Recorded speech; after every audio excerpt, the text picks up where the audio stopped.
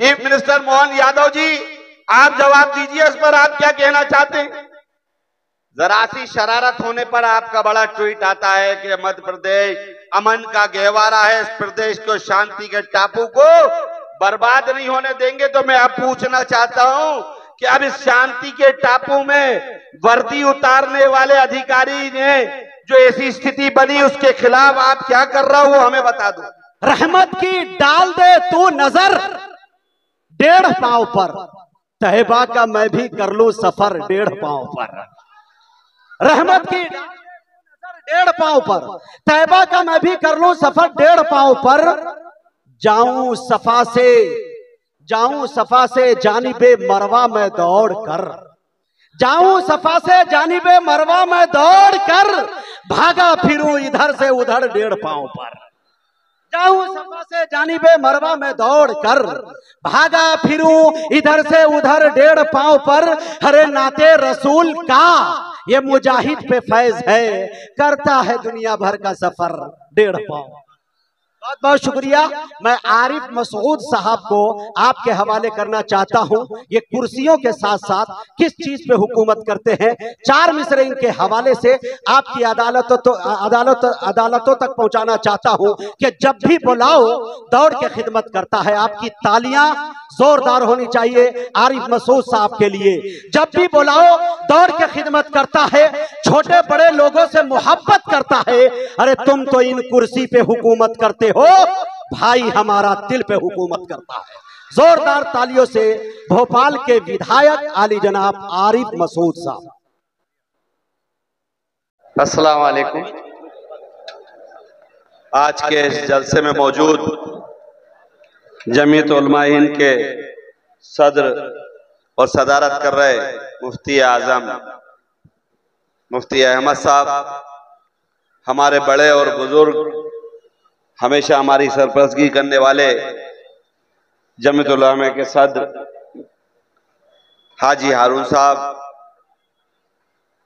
बहुत ही मजबूत और इस इलाके की उलेमा की जमात से रहबरी करने वाले हाफिज चांद साहब, तमाम नौजवान दोस्तों, शायर, तमाम उलेमा इकराम, हाज़रीन जलसा। आज हाफिज चांद साहब से बात हो गई थी, वादा आज पूरा करना था। शाम को फिर मामला कुछ गड़बड़ा रहा था, मैं देर से आया, माफी चाहता हूं। हालांकि मैंने इनसे कहा था कि मैं जल्दी आकर जल्दी ही वापस हो जाऊंगा, क्योंकि एक प्रोग्राम अभी इसके बाद मैंने एक मीटिंग किसी को दे रखी है। लेकिन एक भोपाल में मसाजिद कमेटी के हमारे उवैस मियाँ की वालदा मोहतरमा का इंतकाल हो गया और उनकी वजह से मुझे देर से आना पड़ा कि नमाज जनाजा अभी थी। अहमद साहब को तो अभी मैंने बताया, लेकिन शायद ये भी देर से आते। वामन मेश्राम साहब आए नहीं, आते तो अच्छी गुफ्तगू होती, बहुत दिन बाद हम दोनों का मिलना होता। क्या बात, उनकी टीम के लोग आए तो जरूर मेरी बातें उन तक पहुंचा देंगे। 2-3 चीजों पर ही तस्करा करूंगा, बाकी तो सब हालात जानते हैं और सबको मालूम है। जुल्म ज़ाती कोई किसी से छुपी नहीं है, लेकिन अपने लोगों को डरना और घबराना नहीं चाहिए।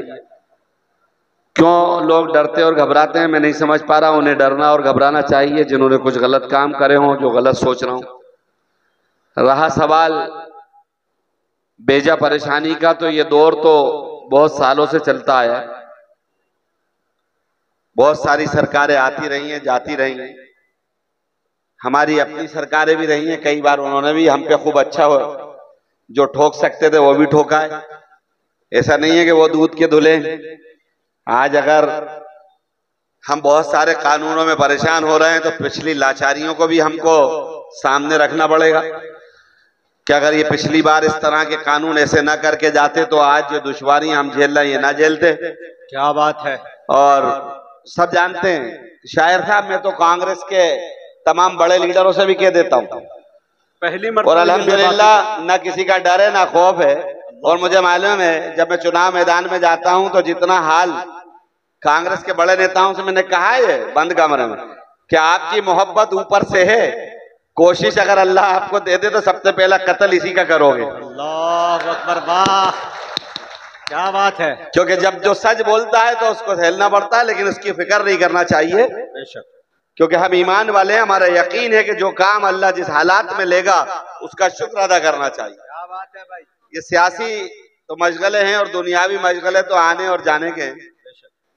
हाजी हारून साहब फरमा रहे थे अभी मदरसे के मुताल्लिक, तो मैं आपको बहुत वाज़ेह तरीके से बता दूं कि ना कभी इंशाअल्लाह मदरसा बंद हुआ है, ना इंशाअल्लाह कभी मदरसा बंद होगा।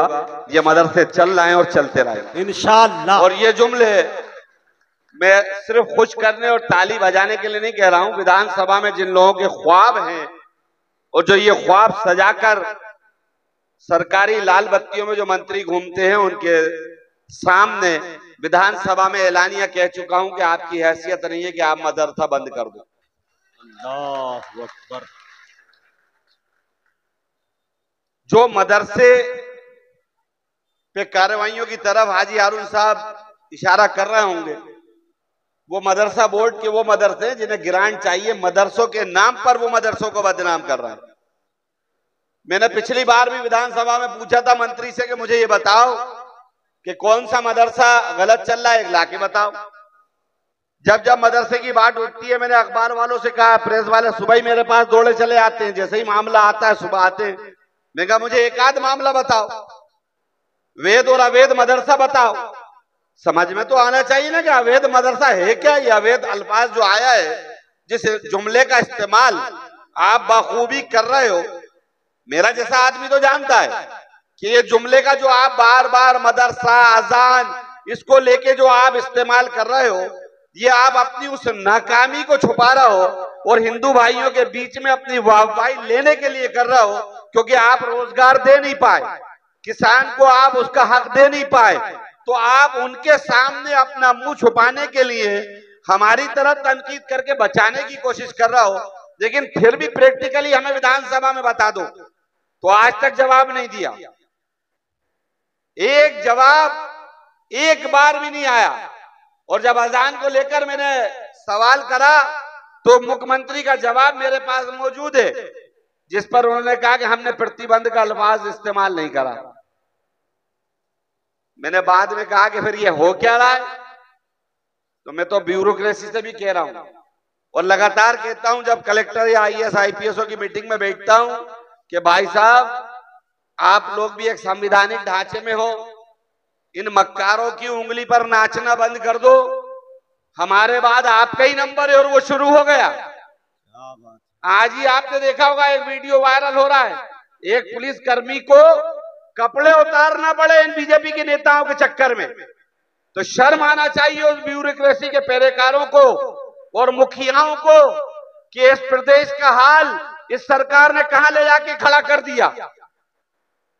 जो हमारी हिफाजत करने वाला, जो हमारा मुहाफिज, उस पुलिसकर्मी को इस बेरहमी से निवस्त्र होना पड़ रहा हो, उसके कपड़े उतर रहे हैं, बरहना होना पड़ रहा हो, इससे बड़ी शर्मनाक बात इस सरकार के लिए क्या हो सकती है।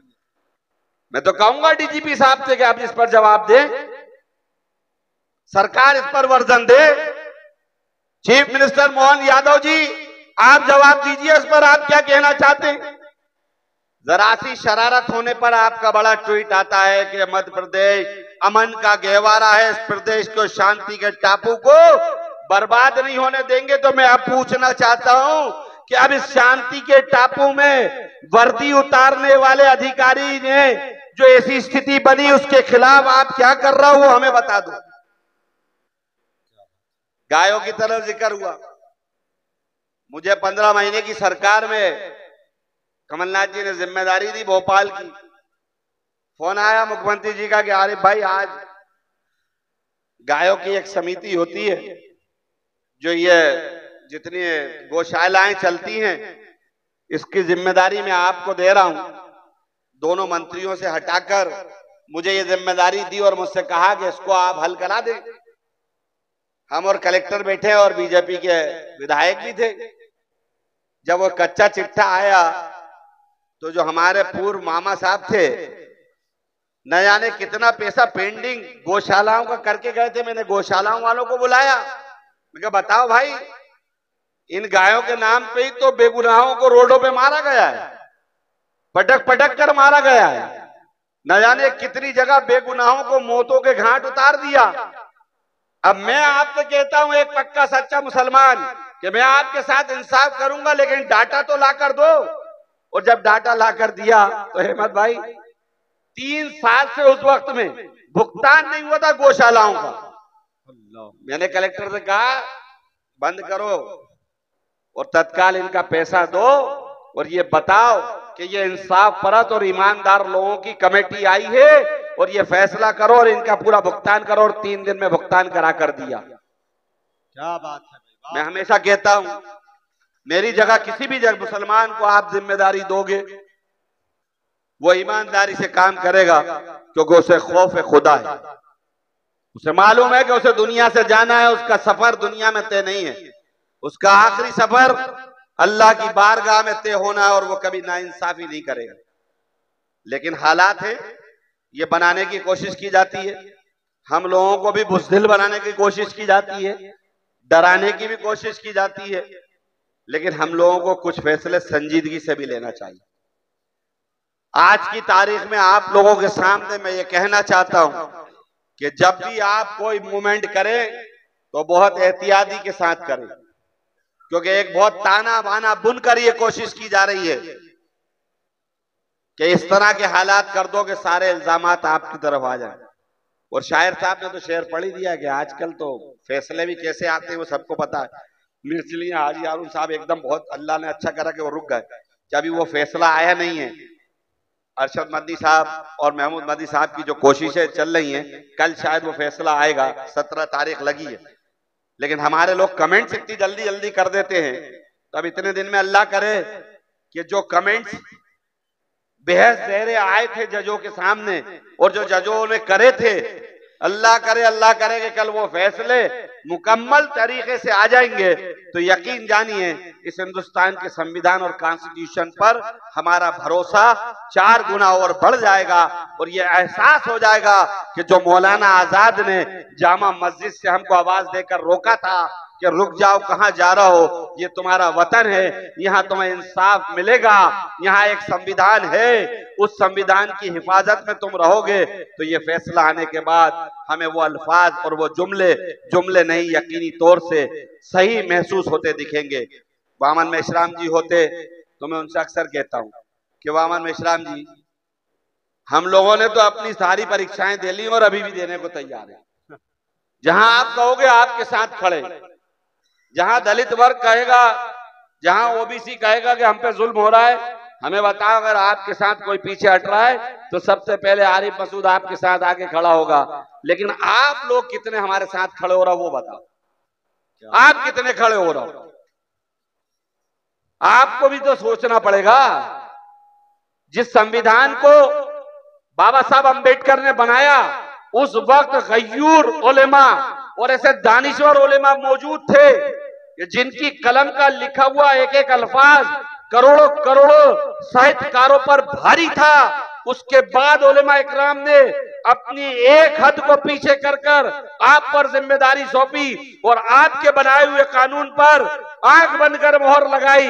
उस कानून को बचाने के लिए, उस बाबा साहब के संविधान को बचाने के लिए आज मुसलमान तो लड़ रहा है, लेकिन आप घर बैठे हो तो नाइंसाफी आप कर रहे हो, हम लोग नहीं कर रहे। क्या बात है भाई, वाह। हम नहीं कर रहे।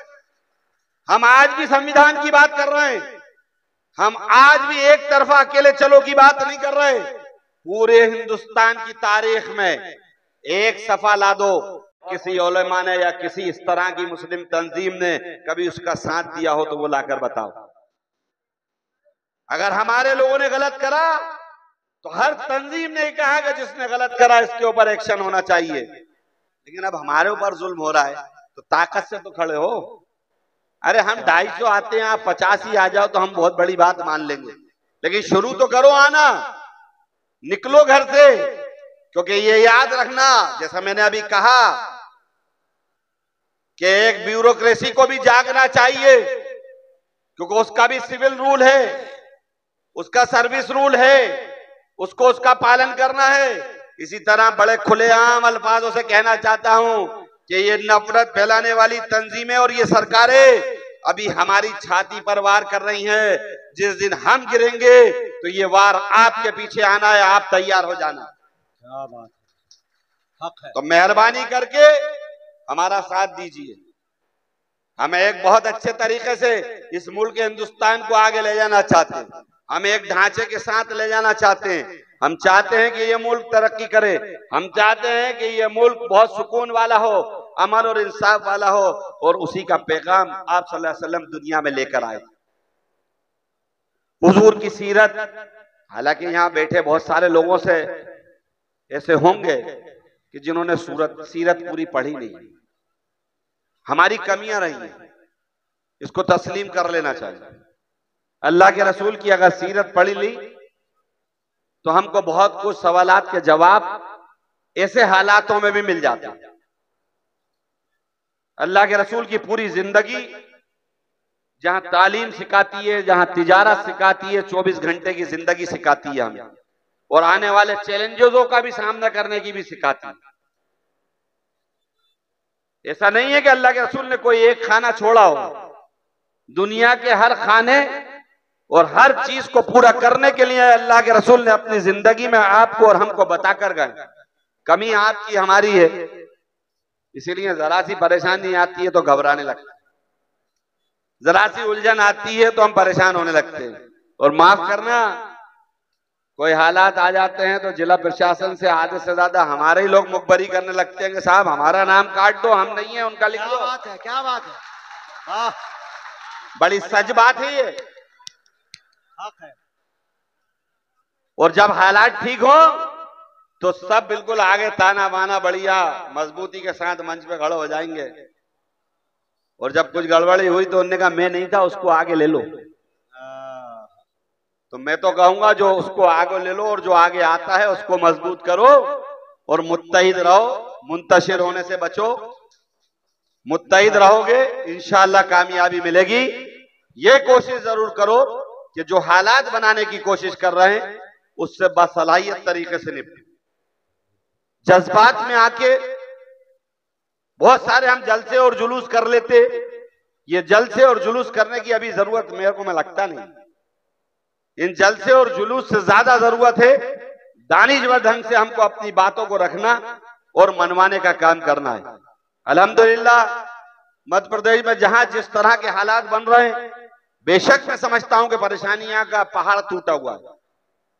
पूरे मध्य प्रदेश के अंदर हर जगह चकनाचूर करने की कोशिश की जा रही है, लेकिन आप यकीन रखिए मैं और मेरी जमात, क्योंकि उस जमात का मैं सदस्य भी तभी तक हूं जब तक वो पूरी जमात आपके साथ है। अगर मेरी सियासी जमात आपसे अलग होगी तो सबसे पहले आरिफ मसूद उनसे अलग होगा, ये आपको यकीन दिला रहा हूं। क्या बात है भाई। तो आप लोग ये महसूस रखना कि अल्लाह ने जितनी जिंदगी मुझे दी है, इंशाअल्लाह आपकी जिम्मेदारी को पूरा करने की कोशिश आखिरी लम्हे तक करूंगा। आपको इंसाफ और हक दिलाने के लिए हमेशा मौजूद रहूंगा। जो बनेगा वो सब हम लोग मिलकर करेंगे, लेकिन मोहब्बत के पैगाम को भी हम आम करें। हम कोशिश करें कि ऐसा, मुझे मालूम है आस्था के हालात बहुत नफरत वाली तंजीम है, बेपनाह दहशत का माहौल बनाने की कोशिश की जाती है, लेकिन ये भी याद रखो कि आज भी कई बिरादरान वतन हिंदू भाई ऐसे हैं जो सेकुलरिज्म पर और अमन पर और इंसाफ पर भरोसा रखते हैं। हमें उनको छाट कर निकाल कर लेके आने की जरूरत है। हम एक बार उनको लाने की कोशिश करें और उनको लाकर एक मजबूती के साथ खड़ा करने की कोशिश करें तो इंशाअल्लाह ये नफरत फैलाने वाले कामयाब नहीं होंगे। आपने मुझे बुलाया, मौका दिया, आपका बहुत बहुत शुक्रिया। पूरे मजमे से माफी चाहूंगा क्योंकि मेरा वादा था दूसरी जगह जाने का, मुझे जाना पड़ेगा। मैं थोड़ी देर बाद निकल जाऊंगा, लेकिन मैं उम्मीद करूंगा कि पूरा मजमा सदारत कर रहे हमारे बड़े अहमद साहब को सुनकर ही जाएगा, उससे पहले नहीं जाएगा। ये यकीन मैं आप लोगों से लेकर यहां से विदा होऊंगा। खुदा हाफिज, शुक्रिया। माशाअल्लाह। मुअज़्ज़ज़ सामईन,